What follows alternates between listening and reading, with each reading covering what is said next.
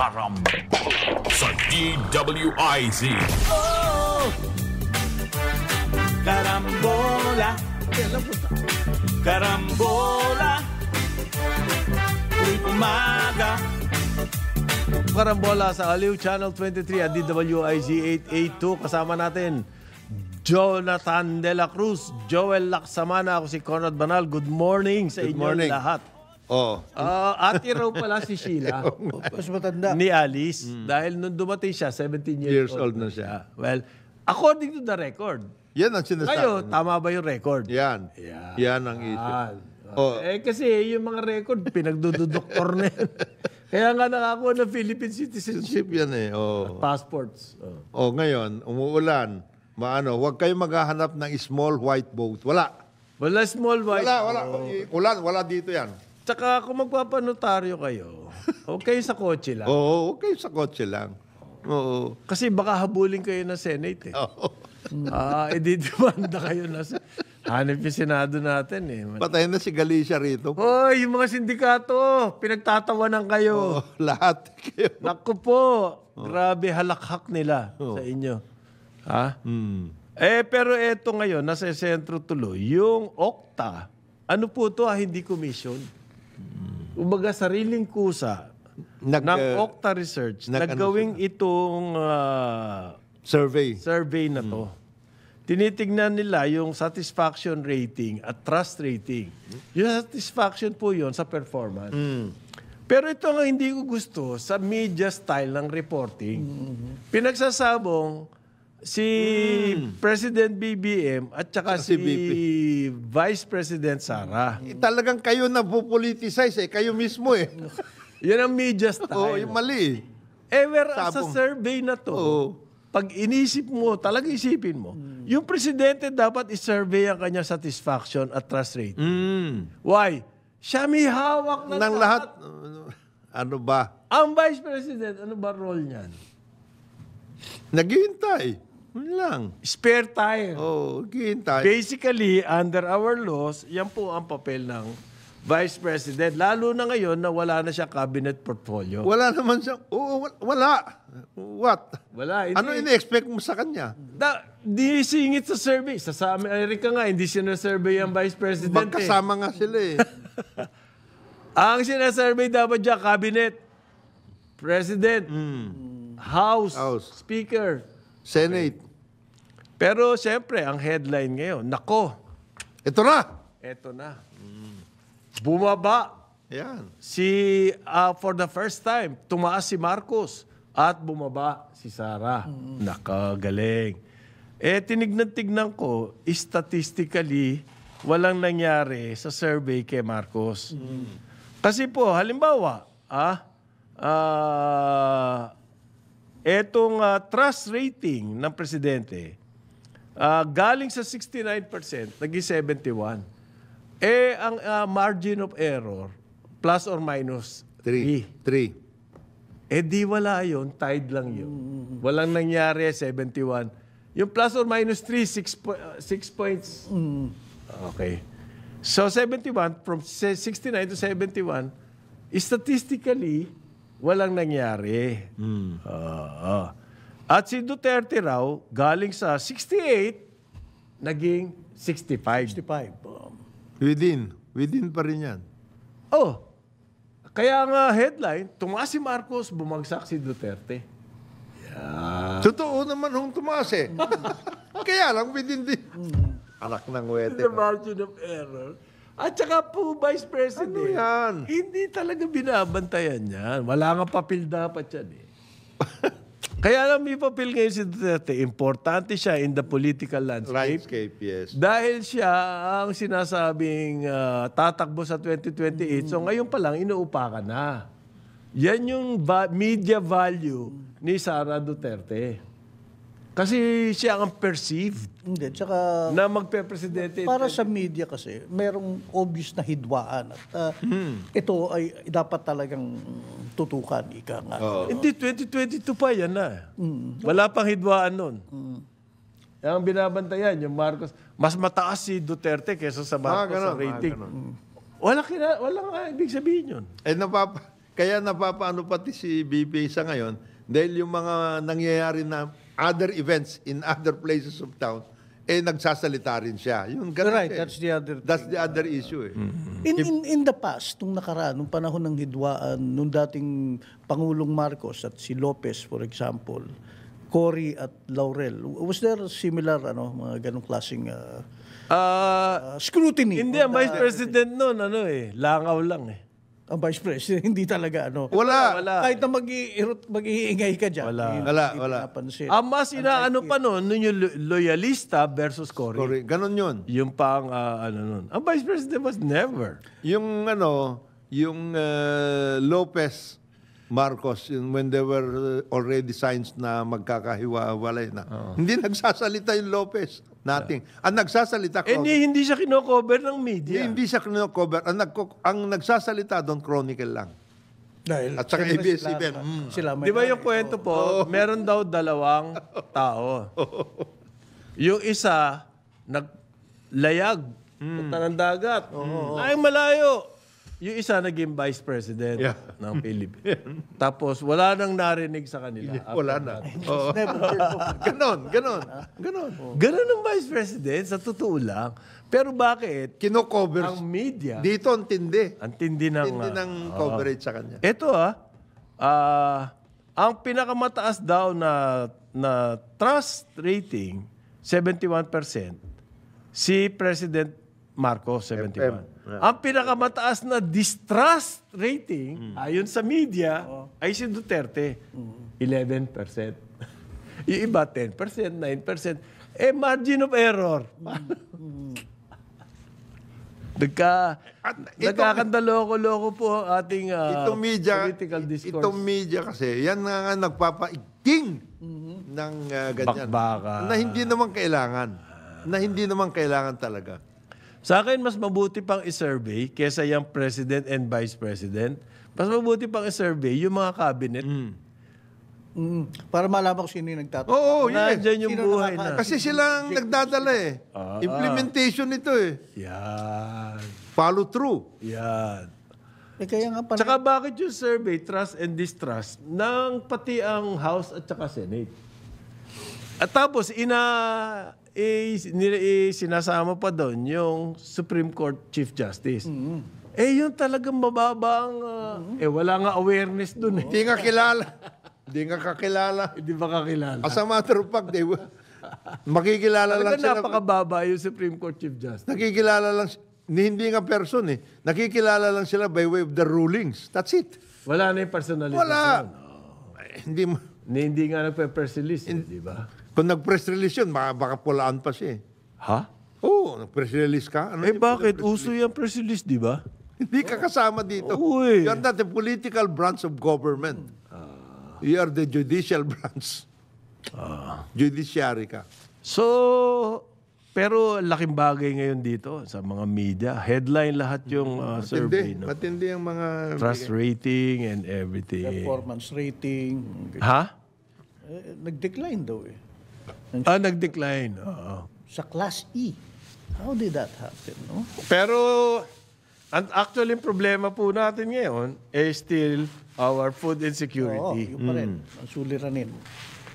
Kasi, ito chicken pare. May nangyayari daw sa chicken. So, una, baboy. Di ba? ASF ang baboy. Ngayon, chicken Malapit na raw may banta na magbabaksin. na magsisimula na Isang buwan na pumutok eh. Ngayon lang tayo. Kayo mag-alala. Lapit na. Hindi, meron pang isang issue dyan eh. Ngayon, Saan? huwag kayo magbabaksin kasi hindi pa yan FDA Approve. Patay. Lagot. raw. Ba't nangako na yung private sector Advisory Council. Okay. Tumataas po ang presyo ng manok sa Metro Manila. Umaabot na ng 240 pesos per kilo. Okay? Laki Maabot ng 240 pesos per kilo. Ayon sa monitoring po. Dahil daw ito na ang publiko ay nag-switch from baboy to manok. Ayan. Kasi may problema sa baboy. Pag nangyayari yung ganyan, pare, anong dapat gawin ng Department of Agriculture? Kung nagkakaroon ng ganyang trend sa market, nagsiswitch ang mga tao, di ba dapat bahain mo ng manok? Marami naman dito production eh. Ano yan? Ayon sa press release. Laying the predicate ba kayo for importation? Ay, naku naman. Ito naman si Parin Jonat. Ng manok? Uy. Wala raw issue sa supply ng manok. Bakit? Nagmamadali ba yung best before? Na mag-import na naman para sa Christmas. Para kumita. Christmas. In preparation for Christmas, mag-i-import. Boss, bigyan mo na ako ng import permit kasi kailangan ko na so many hundreds of tons eh. Best before to eh. Baka ako abutan. Hindi. Ito ang tanong ko. Kung umaakyat yung presyo ng manok dahil maraming tao lumilipat nag-switch. sa manok, Oo. ba't hindi bumababa yung presyo ng baboy? Oo. Sige nga.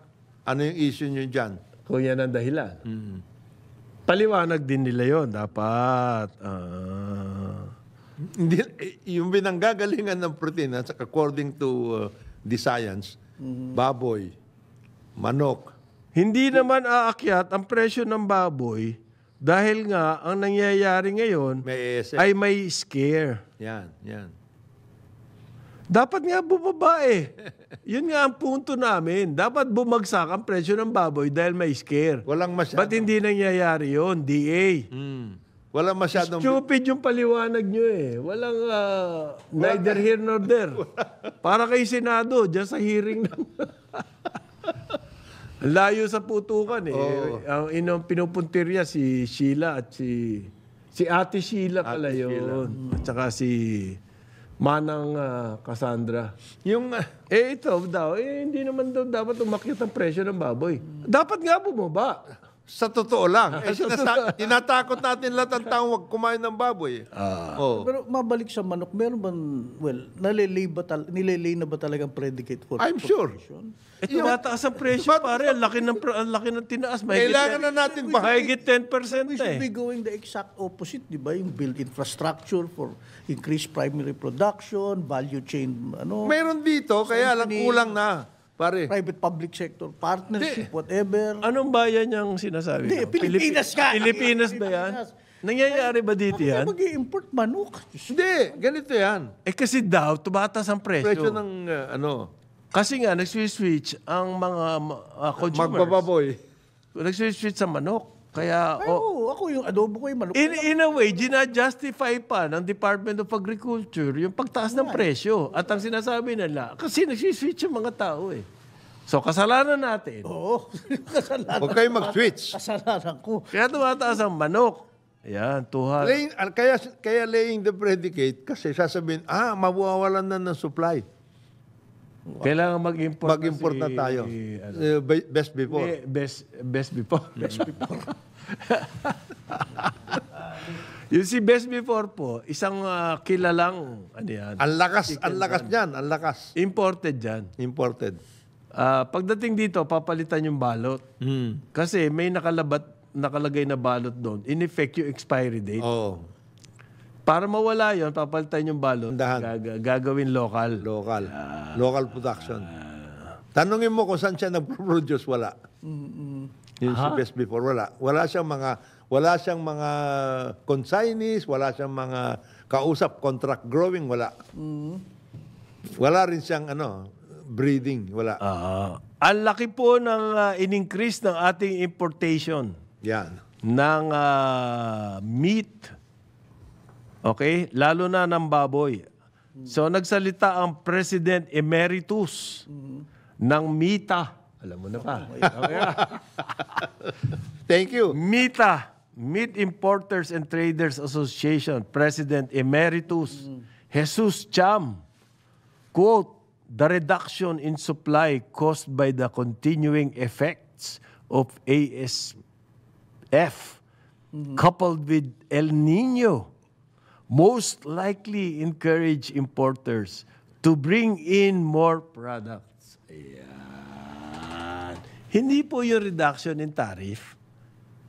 Hindi yun ang dahilan kung bakit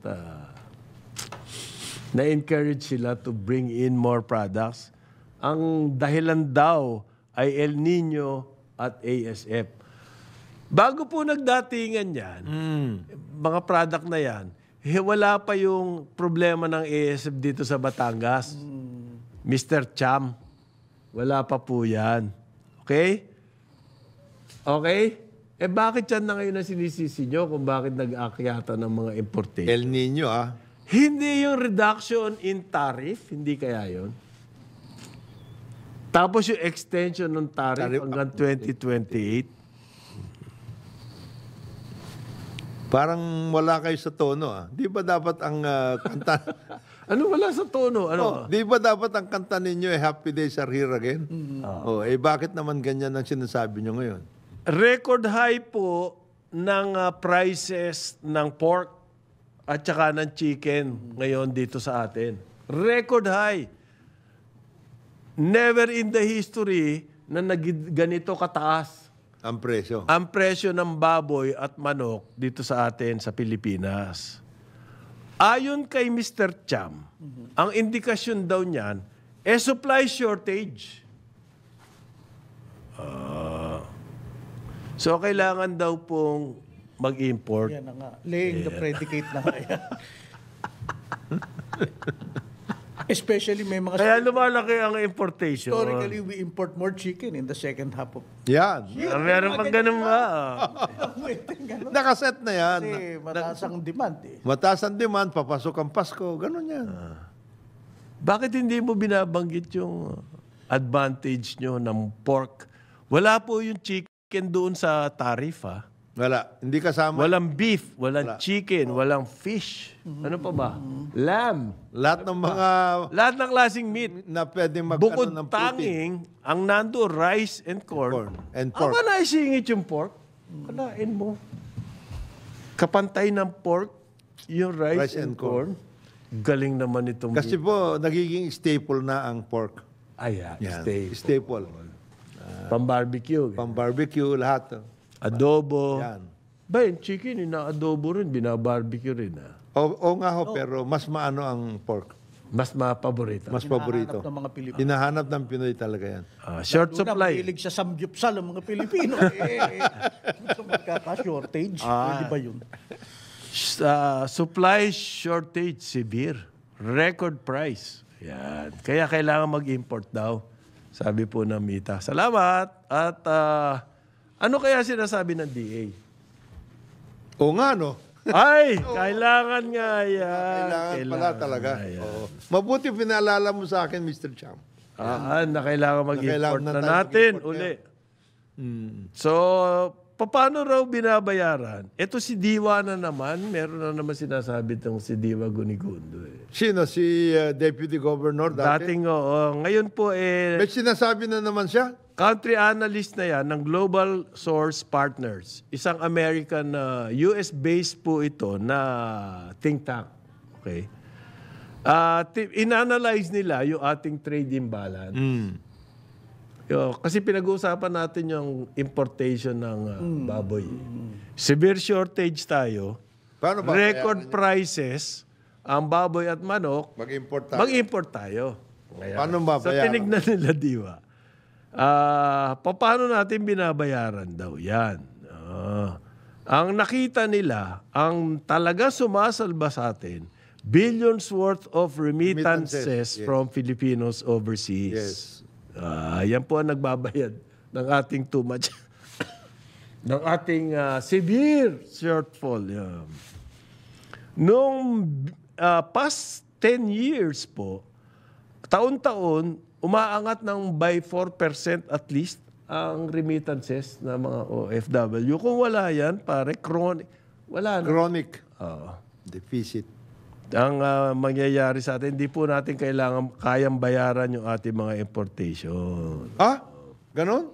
Ito naman you are not considering... Yan ang stabilizing factor daw po ng ating capital flows. Ibig sabihin, yung palitan ng goods and services and money cross-border sa Pilipinas. Kulang yan. Mali? Bulang. Hindi OFW remittances? Hindi, yung OFW remittances, yes. Talagang nakakatulong, malaking tulong yan. Ang OFW Ang problema ninyo, you are not counting yung tourist arrivals eh. Ayan! Yan ang problema nyo eh. Wala naman eh. Wala naman tourist arrivals. Wala ba? 7.7. Ang target, pare, 7.7. Ay, di ba nangyayari Hindi yun nangyayari. Target lang yun. Ay! Target, pero moving. Maaring ibaba yung target. Maring tumaas. Maaaring tumaas, moving. Pero mas malamang ibaba kasi hindi naman mahihit yung 7.7. By the way, before the pandemic, mahigit 10 million na tayo. Okay? Ang arrivals. Ito naman sina dating deputy governor. Porket Yang OFW po, 8.5% of the GDP. But, Yung remittance nila, ang equivalent nun, 8.5% of the economy. and we are talking about, only talking about those that are going through the formal sector.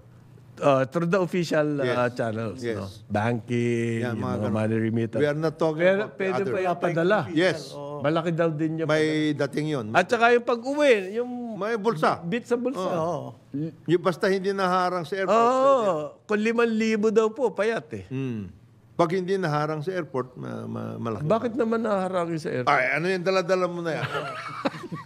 Hulid up? Hulid up ka. Bakit Nag-declare may ka dala ba? Did you declare? Yeah. Hindi, hanggang 10,000 po ang pwede. Oo nga, pero meron ka mang papel na ipapakita sa akin na Hindi ko dineclare po mo. kailangan i-declare pag below 10,000. Hindi. Boss. Kailangan mo i-declare. Marunong ka ba sa akin? Hindi ba? Customs ako eh. Ayan. Yeah. Okay. At bakit po daw nagpapadala?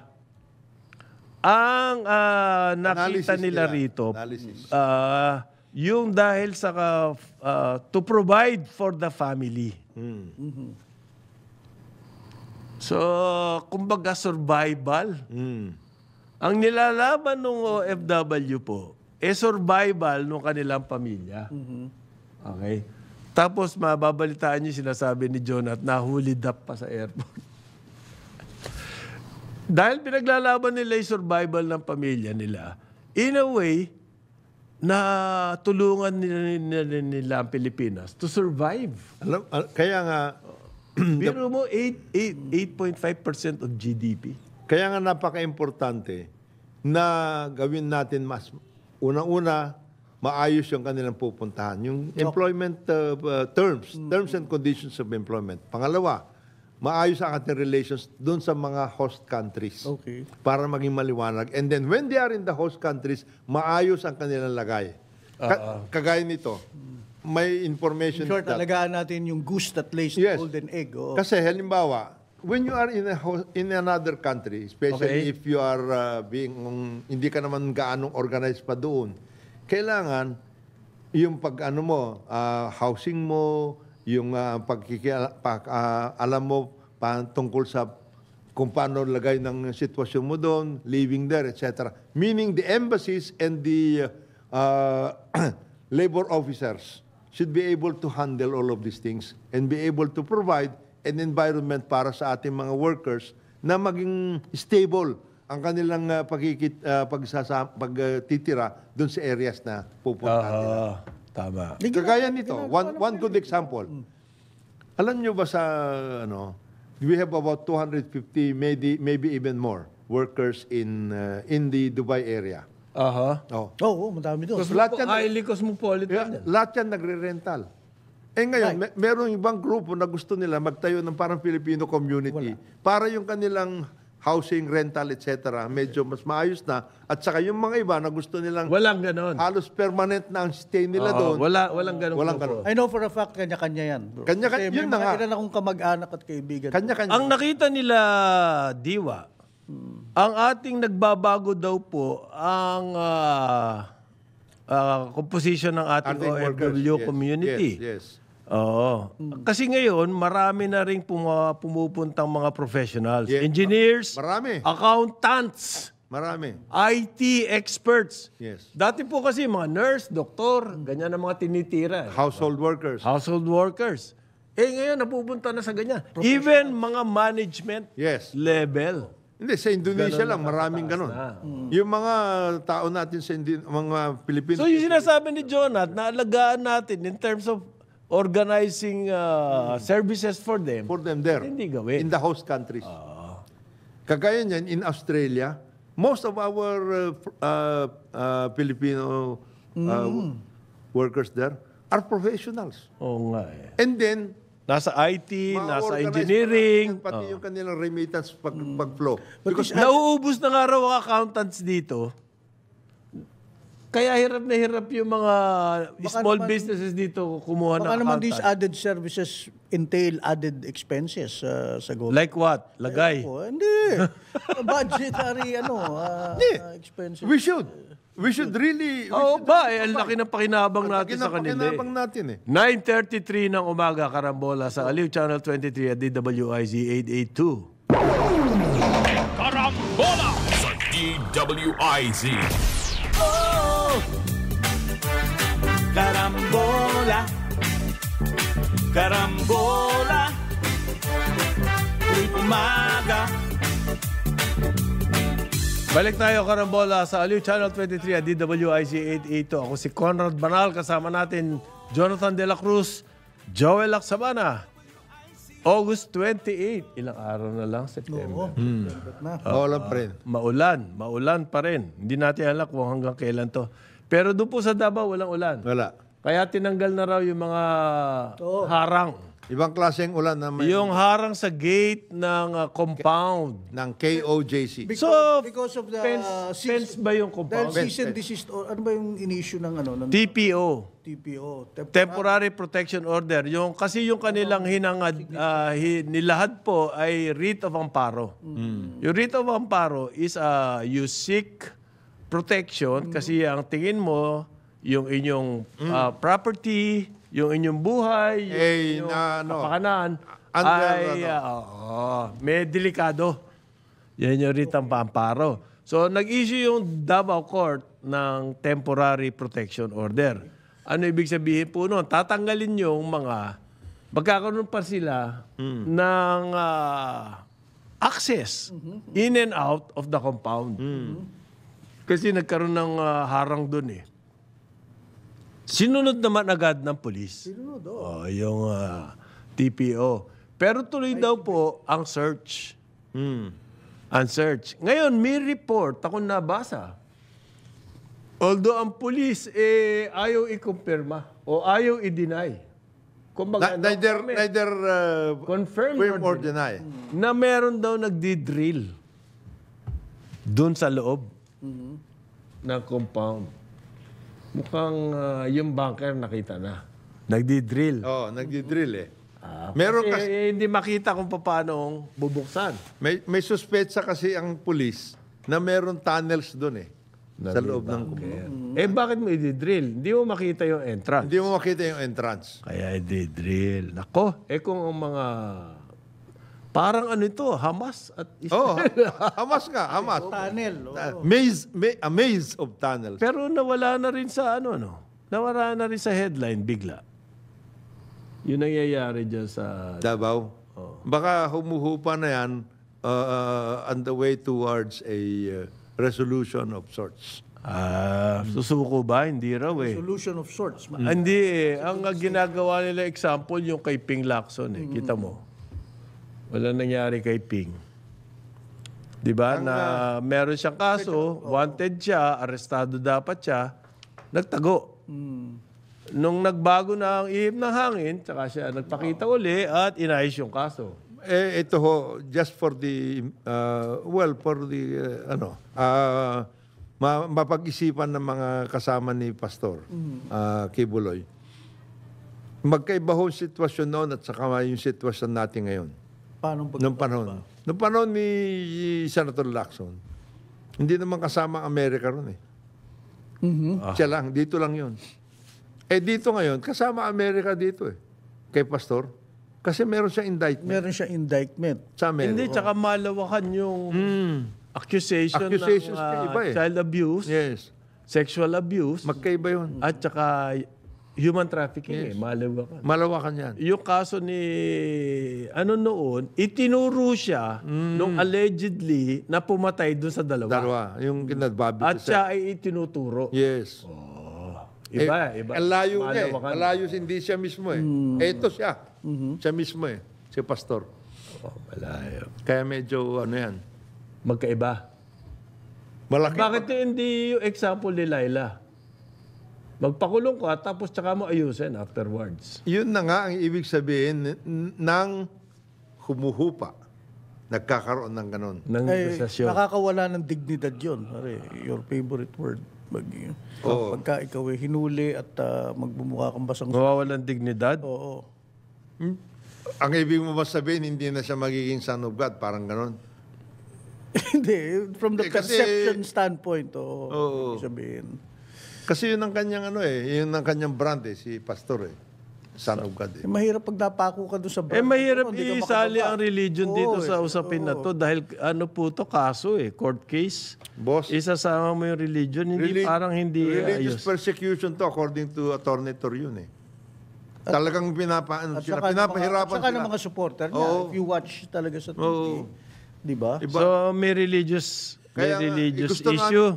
Gusto namin sana mag-work. Persecution. Gusto namin sana pumasok dyan sa compound kasi meron kaming worship place doon eh. Tapos ngayon, hinaharang nyo kami. Oo, hindi nadidisrupt ang aming Nadidisturb worship. ang aming worship services. Ngayon po, yung... pwede ba baguhin ko na muna sandali? Sige, pare. Sabi ng DOTR, kasi parang wala nang katutunguhan yung issue na Yung yan issue na yan. Drilling na eh. Naging media circus Oo, eh. Okay. Ang sabi po ng DOTR, ipopostpone daw yung RFID ng October. October 1 pa yung implementasyon. Ang sabi po kasi ng Toll Regulatory Board. Buti hindi sila commission, ano?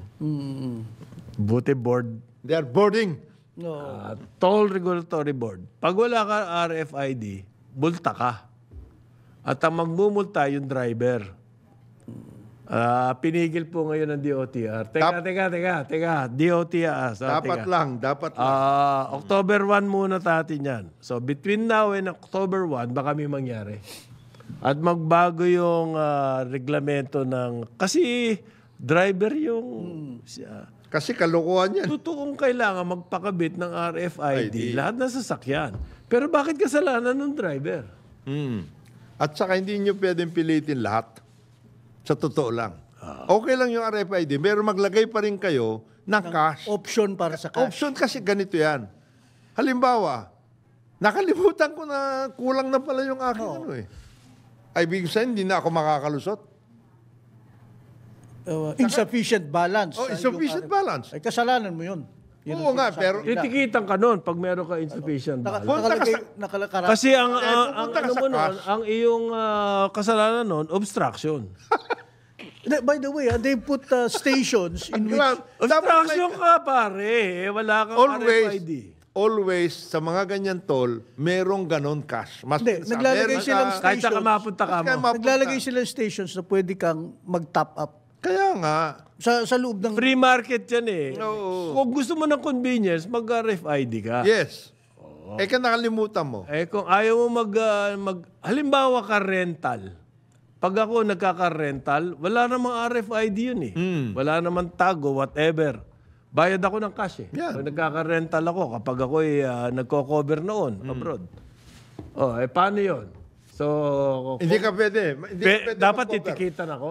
Oo. Hindi ako pwede mag-cover. Hindi ka pwede mag-cover. Patay ako. Oo. Saan ako? Yari ka, iiskupan ka ng mga kalaro assignment mo. ko. Yung mga ganun eh. Dapat ito, maging ano kayo, realistic naman, boss. Hindi Toll Regulatory Board kami. Ano ko ba? Oo nga. Kung ang kumikita nga kami dyan, tumi-increase. Hindi nga kayo commission eh. Board lang kayo eh. Tapos ganyan ang gagawin nyo. Mag-commission muna kayo. Ay, di malaki kita doon. Pag commission. Hindi naman Pag kayo malaki, gusto mo po, mas malaki kita, ikaw talaga. hindi naman kayo Toll Regulatory Commission Toll Regulatory Board lang kayo Oh, eto na. Malapit na raw na mag-invest ang Maharlika. Nako. Yan, 60 to 90 days from now. Yan. Grabe ang announcement. Threatening to invest. Malapit na kami mag-invest. Yan. Sabi nung presidente, malapit na raw. Mr. Consing. Bakit mo ina-announce yung kung kailan malapit na? Mag-announce ka pag may investment ka na. At hindi, boss, kasi ganito yan. Ano yan? Please be advised. Oh. We are not really an investment fund. We are a vetting fund. Ano yun? Kasi sa dami ng mga regulatory requirements, bago kami makapag-invest, talagang ganyang katagal yan. Kaya kami tinitignan na lang muna namin, pinag-aaralan namin kung ano mga investment opportunities. So, due diligence operations kami. Kaya Hindi kami 60 to investment. 90 Kaya days. 60 O, dito mahimik ka. Pagdating ng 60 to 90 Saka days ka- na, tsaka ka magsalita. Wag muna ngayon. Wow. At saka, Kasi katawa-tawa yun eh. Well, meron na Mag-invest silang 1.5 billion kasi in interest income. So, ayun. bangko na sila ngayon. hindi na sila investment fund. 75 billion na ano nila, funds. So, Okay. Saka ang pupuntahan nila, yung matagal na natin pinag-uusapan, paring Conrad, paring Joel, small plants in yung SPAG ba? Small Power Utilities Group sa mga islands. Matagal na natin sinasabi yan. Oo. So ngayon lang ninyo na pag-uusapan. Ngayon lang. Thank you. Pero in 60 to 90 days, may investment na sila. Happy ka na dun dapat. Okay? Happy ka na. 60 to 90 days eh. Kailan ba ito naitayo? 2023? Oo. Oh. Biro mo, may isang taon lang, meron na agad investment. Matagal ang due diligence nyo, ha? siyempre, Pag kayo, being very careful. Ayan. pag kayo nasa bangko, o kaya at kanyan ang inyong due diligence in a project, baka kayo... Ganda-ganda ng photo ni Secretary Cristina Garcia Frasco. Ganda-ganda ng photo niya doon sa hearing. Saan yan? Sa budget act. Budget hearing. Ganda-ganda niya. Pero sabi po ng DOT, kailangan daw magkaroon ng tourism courts. Open 24/7. Para daw po matulungan yung mga international travelers na nadadali rito sa atin. Ba't ang mga pinakikialaman nitong tourism? Yan, courts, airports, roads. Yun ang mga pinakikialaman nila. Hindi yung tourism, paano mag-promote ng tourism. Meron na. May plan eh. Saan? Yung Kinamor. May narinig ka ba? May nangyari ba? Eto daw, kailangan daw ng tourism courts. Ilan ba na permission tourist dito na We are working with we are collaborating Ayan. with the Supreme Court for the establishment of 24/7 tourist court. Crimes related to tourists. Sana tagal pa niya. Ang laking bagay ba nun sa tourism natin? Darating ba talaga ang mga turista kapag may tourism courts, parin Jobel? Ano assessment mo? Sige nga. Tara sa Pilipinas. Dahil pag nahon, May tourism courts! tourism court. Let's go. Ganun na yun. Parang... That's a plan. Parang hindi. Ang ganda ng view sa tourism courts. Tsaka sarap ng pagkain. Tourism Ano kinalaman ng pagkain doon sa tourism court? yan ang ng mga attraction ng mga tourist. Maganda view, masarap ang pagkain, maganda yung service sa resort. So, yung tourism court, punta tayo sa Pilipinas kasi masarap ang pagkain, may tourism court eh. protektado tayo? Ayan. Okay. Yan daw pong plano na niyan. Sinabi niya mismo kay President BBM. At pumayag pa pati PNP.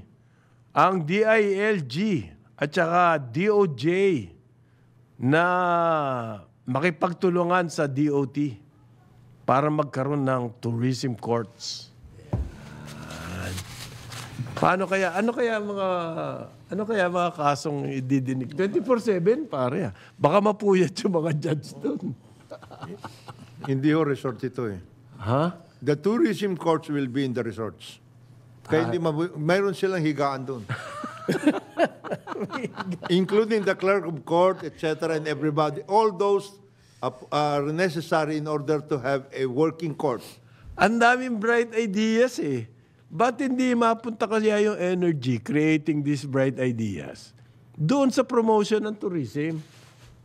Di ba natin pwedeng i-switch? Yung... Baka naman meron mga tourism court sa Thailand, sa Japan. Really? They're best practice. They're adopting a best So marami tayo pwedeng gayahin doon, wag yun. Pero yun na nga, hindi ko Kayo naman, it's the whole of society approach ito. Meron ng plano eh. We are just waiting for it to be announced. The collaboration pa lang to eh. Matagal-tagal pa to. May plano na. Okay, sige. But, Kasi daw po, yung Forbes advisor listed Manila as among the riskiest cities for tourists. So we are... Musbong yun. So yung court yung solusyon doon o police? Palagay ko, police.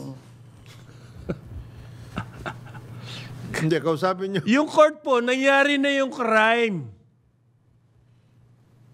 Pag gumamit ka ng court, ibig sabihin may nangyari na sa'yo. Preventive dapat tayo. Ayun. Yun ang sinasabi ko. Dapat police siguro magbantay doon, visibility and everything. Police at saka local government, linisin ninyo ang Manila. Kesa sa court. Ibig sabihin, pag nag-court ka, may nangyari na yun. Kasi pwedeng- Kawawa yun. Ang pwedeng, Tsaka oras ng turista. ang pwedeng risk dyan, kaya sinasabing risky sa Manila, kasi may mga electric poles na nasa gitna ng kalye. Yun mga Pinagtatalunan pa ngayon kung anong gagawin doon. ng wet. Malaki-laking debate pa yan. Offshoot din to nung, remember that there's that case sa Siargao, yung namatay na surfer yata. Dumating nga yung tatay at nanay dito para umatid Ayusin, sila nung hearing. Hindi ko alam kung ano na nangyari doon. So, siguro yun ang iniisip nila. Certain courts na mapapabilis ang pag-action sa mga ganyan klaseng kaso. Tama nga yun. Bago pa dumating sa court, sana ayusin na natin. sana Enforcement, paglilinis, pagtatrabaho, visibility, lahat yun. Okay. Ito po. Spanish, ang hinihinging budget ng DOT ay 13 billion. Ang inallocate sa kanila ng DBM ay 3.4 billion. Ayun, kaya Kasi ang rate of utilization nila ay mababa. ito naman si Secretary Pangasinan. Ang ginagamit ng DBM yung rate of utilization to determine your next year's budget. Ito naman si Mali ata si... Secretary Pangandaman. Huwag Mali naman ata. ganun. 13 billion hinihingi, 3 billion. kasi wala pang 50% ang utilization eh. Kaya walang 50% ang utilization dahil hindi nyo pa nababasa yung kanilang plano eh. Tignan nyo muna. Kailangan courts. It's attached to that particular plan eh, 13 billion. Tourism courts, tourist courts. Yan. Punta tayo sa Pilipinas? Why? May tourist courts. Kaya no, pare. Let's be fair to the secretary. No. I will do some research on that. Pare. So I'm not being fair? By pointing out na mali yung ginagawa niya, I'm not being fair? For all you know, it may be a come on. I mean, Tourism courts? dahil nga sa ating reputasyon. But Ewan ko, tanungin niyo yung mga hotel. Kung ganadong-ganado sila dyan sa tourism courts na yan. tatanong ko yung mga kaibigan kung may Airbnb dyan sa Boracay. Okay ba yung tourism court sa inyo? Hindi nyo naintindihan eh. Yung tourism course mismo nandun sa hotels. Nasa? Sa hotels, para Kikita may yung attraction. May May- attraction. Ayun, kikita yung hotel. May attraction. Bibigyan daw sila ng branding campaign, ng fund for branding campaign. Yan, oh. Iba brand mo yung tourism court na yun. Market development. Yan, oh. Yan. Kasi gustong-gusto na raw nilang makabalik sa pre-pandemic arrivals. Levels. Yes. Galing, ano? So, good luck po sa tourist court. Pre-pandemic levels, ano? Sa ibang bansa, sa Thailand, sa Japan. Overshot na siya. Pero ano pa nga eh. They're cutting down eh. Ano nila yung mga ibang turistang abusado na ano. Ganun. Masarap nung bangos. Pare, Uy! Sarap. yan ang attraction dapat na sinasabi ng Tama tourism. Pag maulan, Ngayon, maulan. bangos sardinas kayo from Bunoan, napakasarap. With garlic rice. Ang suggestion, yan nga suggestion natin kay Secretary Prasco. Sa susunod, ma'am, hindi lang kayo tourism court. Sabihin ninyo, masarap ang pagkain dito. Dagupan. Yan. Doon kayo kumain sa tourism court. Oo. Di ba? Pwede kayo sa tourism Sa ngalan ni Jonathan De La Cruz, Joel Laksamana, ako si Conrad Banal. Ito ang karambola sa DWIC 882 at Aliw Channel 23 hanggang bukas. Pero huwag kayo alis, andito na. Naka-leather! Leather. Award-winning broadcast journalist Dennis Antenor Jr. sa Ronda, Pilipinas. Karambola, karambola, tuwing umaga. Sumainyo ang programang Karambola sa DWIZ. Hanggang sa muli, tayo'y magbabalik upang ihatid ang pagtalakay sa iba't ibang mga issue dito pa rin sa programang Karambola sa DWIZ.